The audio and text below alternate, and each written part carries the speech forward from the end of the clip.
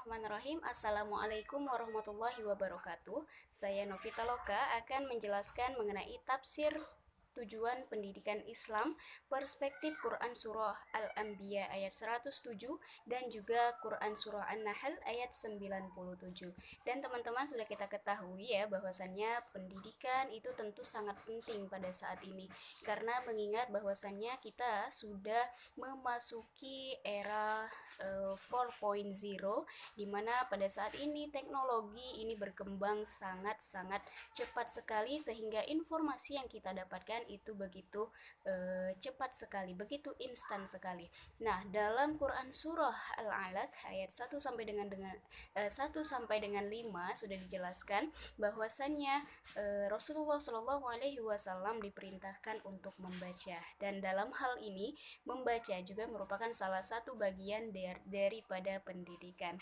Dan juga dalam Quran surah Luqman ayat 12 sampai dengan 19 dijelaskan mengenai berbagai materi pendidikan. Salah satunya adalah menghormati orang tua. Dan teman-teman, dalam kali ini saya akan membahas mengenai tujuan pendidikan Islam, perspektif Quran surah Al-Anbiya ayat 107 dan juga Quran surah An-Nahl ayat 97.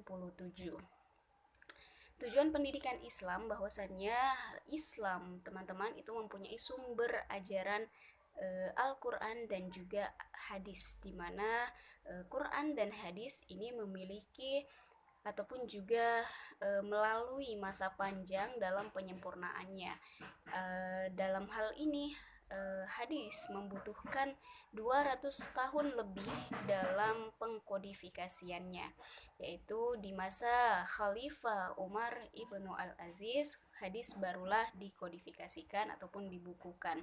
Dan teman-teman, mengenai tujuan pendidikan Islam sendiri, menurut Zakiyah Darajat ya, bahwasannya hakikat pendidikan Islam itu mencangkup kehidupan manusia seutuhnya, dan pendidikan Islam yang sesungguhnya adalah pendidikan yang tidak hanya memperhatikan aspek akidah, ibadah, dan akhlak saja, akan tetapi lebih luas lagi, yaitu semua dimensi kehidupan manusia sebagaimana yang telah ditentukan oleh ajaran Islam. Sedangkan menurut Abdurrahman Soleh Abdullah, pendidikan Islam itu bertujuan untuk membentuk kepribadian sebagai khalifatullah ataupun khalifah Allah Subhanahu wa taala, atau sekurang-kurangnya mempersiapkan ke jalan yang mengacu kepada tujuan akhir manusia. Dan tujuan pendidikan Islam itu ada 5. Yang pertama ada tujuan umum, selanjutnya tujuan khusus, yang ketiga ada tujuan akhir, selanjutnya ada tujuan sementara, dan yang terakhir adalah tujuan operasional. Mengenai tujuan umum sendiri, teman-teman, menurut Al-Abroshi ya, tujuan umum pendidikan Islam itu yaitu persiapan untuk kehidupan di dunia dan juga kehidupan di akhirat. Selanjutnya persiapan untuk mencari rezeki dan juga menumbuhkan semangat ilmiah pada pelajar, serta menyiapkan pelajar dari segi profesional, teknikal, atau bahkan pertukangan supaya dapat menguasai profesi tertentu. Selanjutnya juga ada lagi tujuan khusus, di mana tujuan khusus ini adalah perubahan-perubahan yang diinginkan, merupakan bagian yang termasuk di bawah tiap tujuan umum pendidikan. Dan ada lagi tujuan akhir, yang ketiga adalah bahwasannya pendidikan Islam itu berlangsung selama hidup, maka tujuan hidup terdapat pada hidup di dunia ini telah berakhir pula. Dan juga teman-teman, inilah akhir dari proses pendidikan itu ya, yang dapat dianggap sebagai tujuan akhirnya. Dan ketika seseorang insan ataupun seorang individu ini meninggal dan akan menghadap Tuhannya, merupakan tujuan akhir dari proses pendidikan Islam. Adapun tujuan sementara itu tujuan yang akan dicapai setelah anak didik diberi sejumlah pengalaman tertentu yang direncanakan dalam suatu kurikulum pendidikan formal. Sebagaimana yang telah kita ketahui bahwasannya kurikulum di Indonesia ini sudah mengalami berbagai perubahan ya, yang mulai dari sebelum KTSP bahkan sampai sekarang sudah kita terapkan kurikulum 13, yaitu di revisi tahun 2020. Dan teman-teman, mengenai tujuan pendidikan Islam perspektif Quran Surah Al-Anbiya ayat 107 ya, yang mana bunyinya adalah Bismillahirrahmanirrahim, wa ma arsalnaka illa rahmatan lil alamin, yang artinya sendiri adalah dan tiadalah kami mengutus kamu melainkan untuk menjadi rahmat bagi alam semesta. Quran surah Al-Anbiya ayat 107. Dan dalam hal ini teman-teman, Quran surah Al-Anbiya ayat 107 itu turun pada waktu sebelum Nabi Shallallahu alaihi wasallam hijrah. Artinya Quran surah Al-Anbiya ayat 107 ini merupakan surah Makkiyah, di mana pada saat itu di kota Mekah Al-Mukarramah itu pluralitasnya sangat tinggi sekali, baik dari segi suku maupun keagamaannya.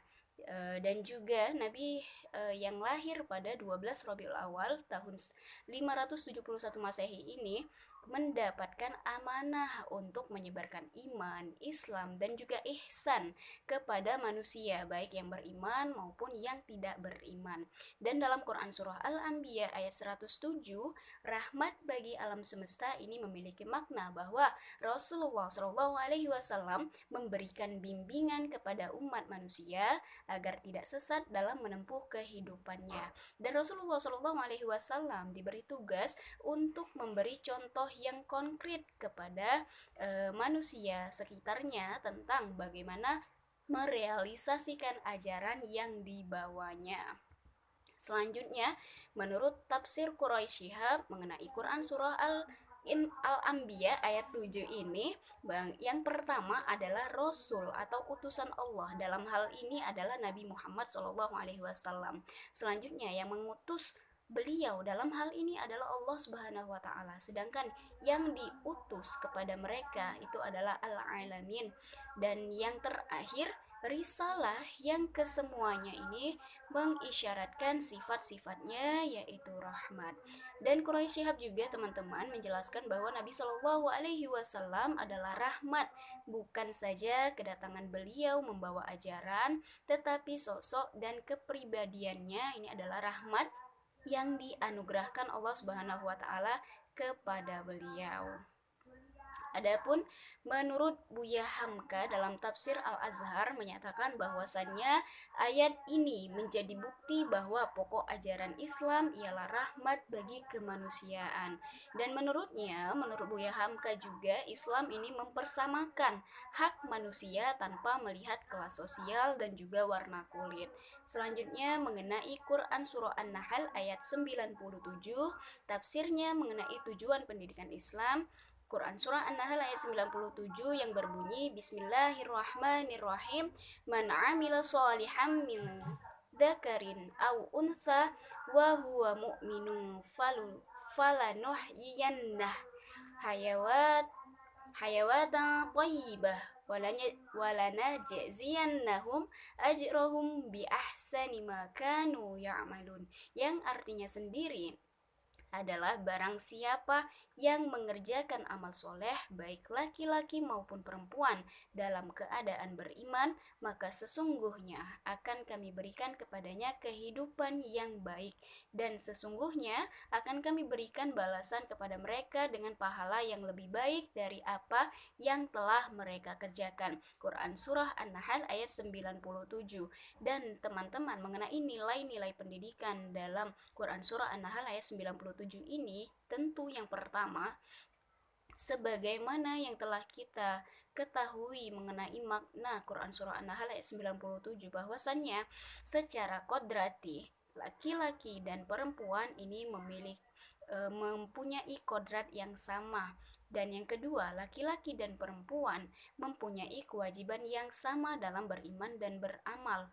Dan yang ketiga, setiap manusia baik laki-laki maupun perempuan ini mendambakan kehidupan yang baik, yaitu baik di dunia maupun juga baik di akhirat. Serta yang keempat, manusia dituntut untuk senantiasa berlomba-lomba dalam hal kebaikan, dan hal ini juga baik laki-laki maupun perempuan ini tentu mendambakan kehidupan yang baik di dunia maupun di akhirat serta berlomba-lomba dalam hal kebaikan. Dan adapun yang terakhir yaitu setiap manusia ini harus memiliki pendirian yang teguh dan sungguh-sungguh dalam beramal. Dan teman-teman sudah kita bahas tadi mengenai tafsir Quran surah Al-Anbiya ayat 107, juga mengenai Quran surah An-Nahl ayat 97 ya. Kita selaku manusia yang diciptakan oleh Allah Subhanahu wa taala dengan sempurnanya, dengan mempunyai akal dan juga pikiran sangat berbeda dengan makhluk Allah yang lainnya. Jika malaikat diciptakan dari cahaya dan iblis diciptakan dari api dan juga manusia dari tanah dengan pemberian akal dan juga pikiran kepada kita, tentu kita harus bersyukur dengan apa yang telah Allah berikan kepada kita dan dimanfaatkanlah potensi tersebut dengan berbagai cara, dan salah satunya adalah pendidikan. Dalam hal ini Quran Surah Al-Anbiya ayat 107 menyatakan bahwasannya Rasulullah Shallallahu Alaihi Wasallam diciptakan sebagai rahmatan lil alamin. Pun dengan kita yang saat ini sebagai khalifah di muka bumi yang tercantum dalam Quran Surah Al-Baqarah ayat 30, kita sebagai khalifah di muka bumi tentu mengharapkan dunia saat ini menjadi lebih baik lagi guna mempersiapkan bekal kita di akhirat nanti. Dan juga teman-teman mengenai Quran surah An-Nahl ayat 97 juga tadi sudah dijelaskan bahwasannya perempuan maupun laki-laki itu memiliki kodrat yang sama-sama diperbolehkan ataupun sama-sama beramal, sama-sama berilmu ketika mereka mau berusaha. Disinilah kodrat laki-laki maupun perempuan tidak ada bedanya di Quran Surah An-Nahl ayat 97. Mungkin itu saja yang dapat kami sampaikan. Terima kasih, semoga bermanfaat dan juga semoga senantiasa pengetahuan ini menjadikan kita sebagai manusia yang bermanfaat untuk lainnya, untuk manusia yang lainnya, sebagaimana pepatah mengatakan bahwasannya khairun nas ya anfa'uhum linnas. Manusia yang baik adalah yang bermanfaat untuk manusia yang lainnya. Semoga bermanfaat dan semoga senantiasa menambah ibadah kita kepada Allah Subhanahu wa taala, termasuk pendidikan di dalamnya. Wassalamualaikum warahmatullahi wabarakatuh.